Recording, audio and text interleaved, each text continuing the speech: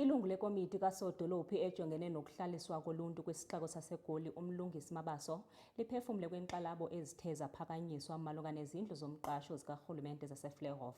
Kwinyanga ephelileyo umasipala ukhuphe abantu abahlala kwisakhiwo esithinjiweyo kumbindi wedolophu esibizwa ngeMoth wayokubabeka kwizindlu zomqasho zikarhulumente zaseVleuhof.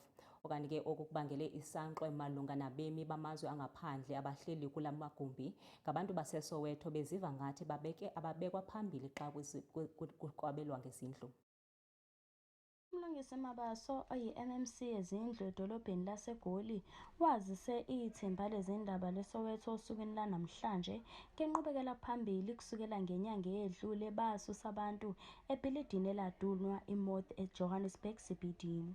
So there is a court order which then compelled us to provide an alternative accommodation for the tenants that were in occupation of that particular property. And Vleuhof was then identified as one of the potential alternative accommodation for the tenants. We subsequently conducted the operation.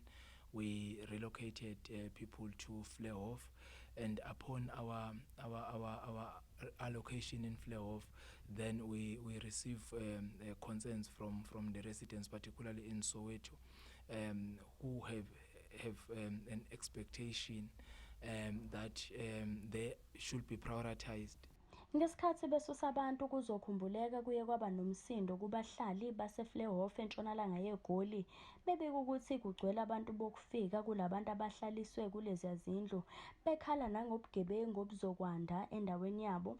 uMabaso beselungisa namahebezi ayethi bafakwe ezindlwini zomxhaso obesegcizelela ukuthi ngamaflethi aqashisayo noma ubani uvumelekile ukufaka isicelo sawo. The majority of identified beneficiaries, they actually come from Soweto, but with the units that we utilized for the evacuation, it's not RDP houses, so the council resolution is not applicable to that because they are rental units. So with the rentals, it's based on affordability. So anyone in the country or in the province can actually apply, and there is that provision to say everyone is allowed because the allocation is based on affordability.